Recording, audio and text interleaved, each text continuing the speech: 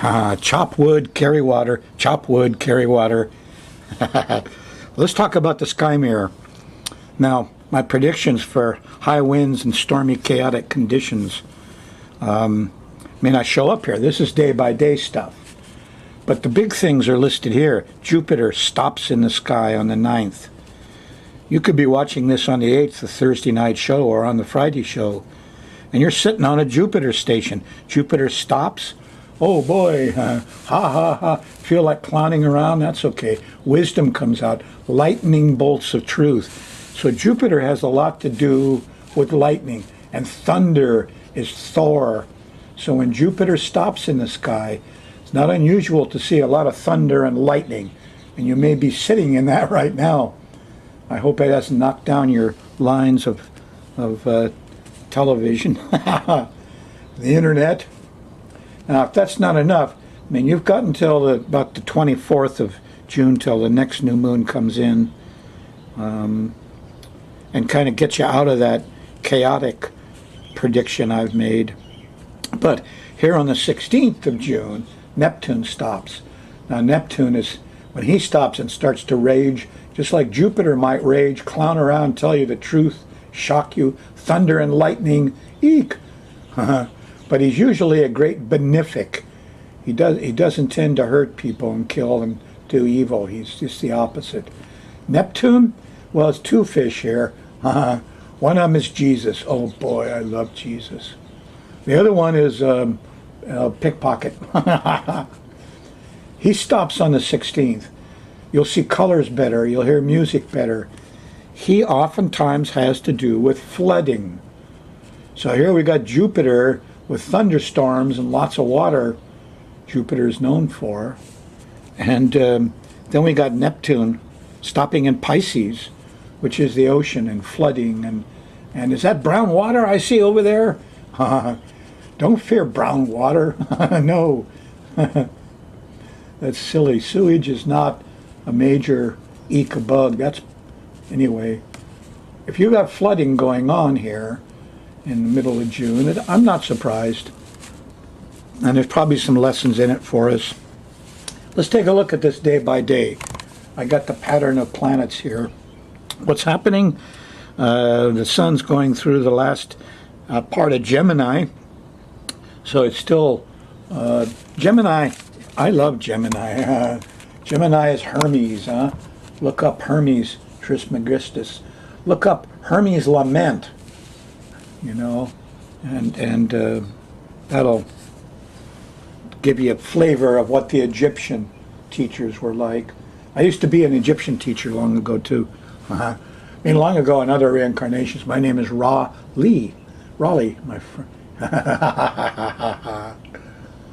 So anyway, the Egyptians to me are one of the remnants of the great civilizations that kick-started pretty well. What do we got here? We got Venus sextiling Mars. Oh boy, it's going to get romantic. It's already romantic. Yes, Venus went into Taurus. She's at 3 degrees. Mars went into Cancer, 3 degrees. Cancer to Taurus. It's full of all sorts of Taurus. Venus in Taurus is very sexy and earthy and practical, and you know, so it's going to get sexy and romantic, and you'll see people, and you see the young couples, Romeo and Juliet, all over the place. The Sun is already trine Jupiter. Now, Jupiter and Neptune are both at 14 degrees, and they're on the quincunx, 150 degree, the inconjunct. Don't let astrologers bullshit you with big words. It's just a seesaw. They're phony astrologers, that's what. Trying to make themselves legitimate by inventing a phony language. It's a seesaw. Look at the glyph the ancients have left us. Jupiter's up and Neptune's down. Or Neptune's up and Jupiter's down. So when Jupiter's up, thunder, lightning, storm. When Neptune's up, flooding. Brown water? Insecurity. They both have their difficulties, but you know, the Sun is great with Jupiter right now. And the last full moon favored Jupiter. And by the time you get to June 13th, I got a note here. Mercury and the moon all line up favoring Jupiter. So if you're going to see some lightning and thunder, it should be around the 13th. And what that does is it puts the thunderstorms up and the flooding and the craziness and brown water and rat lung disease, all this Neptune stuff. It goes down and you'll forget these unreasonable, weird fears, huh? So, day by day, what's this? Oh, the Sun opposing Saturn. That happens at the end of next week, and we're not going to like the judge. The Saturn, the politicians, no, we like the lawyers and Jupiter and the truth tellers. These are the liberals, by the way. So we're hating the conservatives. Those are Saturn. We're liking the liberals. We'll see what they do about our president. Anyway, we're just going to run the moon around the edge of this planetary pattern. And as it goes through each day, it makes angles to the various planetary bodies. And I'm going to mark them all in here for you so you can see them clearly. Geez, when I put all the aspects on here as the moon goes by, it gets so complicated it scares me. You can pick out the general parts. I mean, red means stress, blue means ease. Here it's stressful Thursday night, Friday.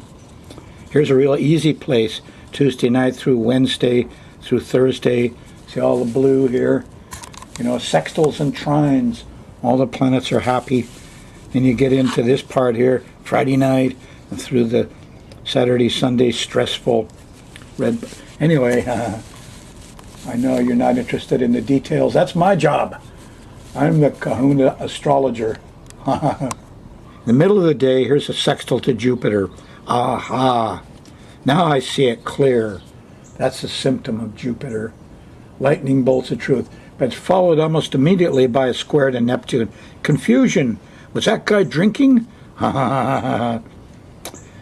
Thursday night. Here, Friday morning, real early. This is 2, 3 o'clock in the morning. There's an opposition to the sun. Oh, that's the 20-degree Sag full moon. Wow. So this is kind of nice. This is going to get you out of some, well, it could get you into some things too. More on that later.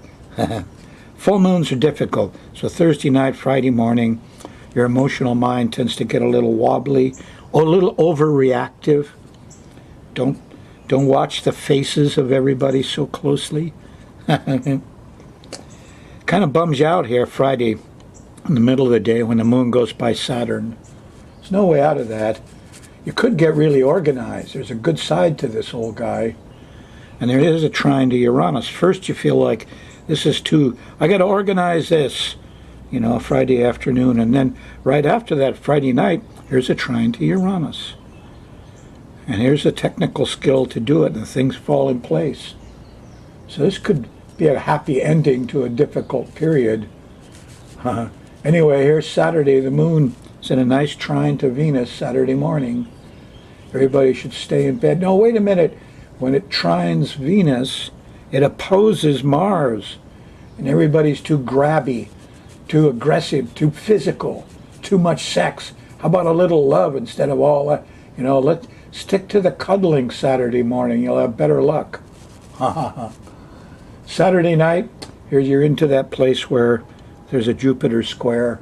Too much laughing and noise. Can we have some peace and quiet? And Sunday, which is proper, Sunday afternoon, the moon goes by Neptune. So see here, Jupiter is irritating, as loud as he is, and Neptune is up on the seesaw, Jupiter is down. Just the opposite of back here, Thursday night on the 8th. When Jupiter is up on the seesaw, Neptune's down, bad smells, let's all laugh. Over here, religion, art, music is up, and the clowns are out on Sunday. Be spiritual. Bring out your compassion. Pluto's here.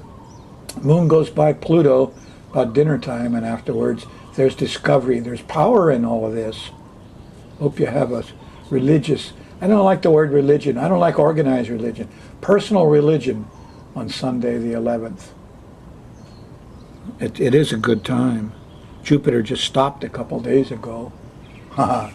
Monday, the moon, it's a mixed bag. The moon's still in Capricorn till the middle of the day.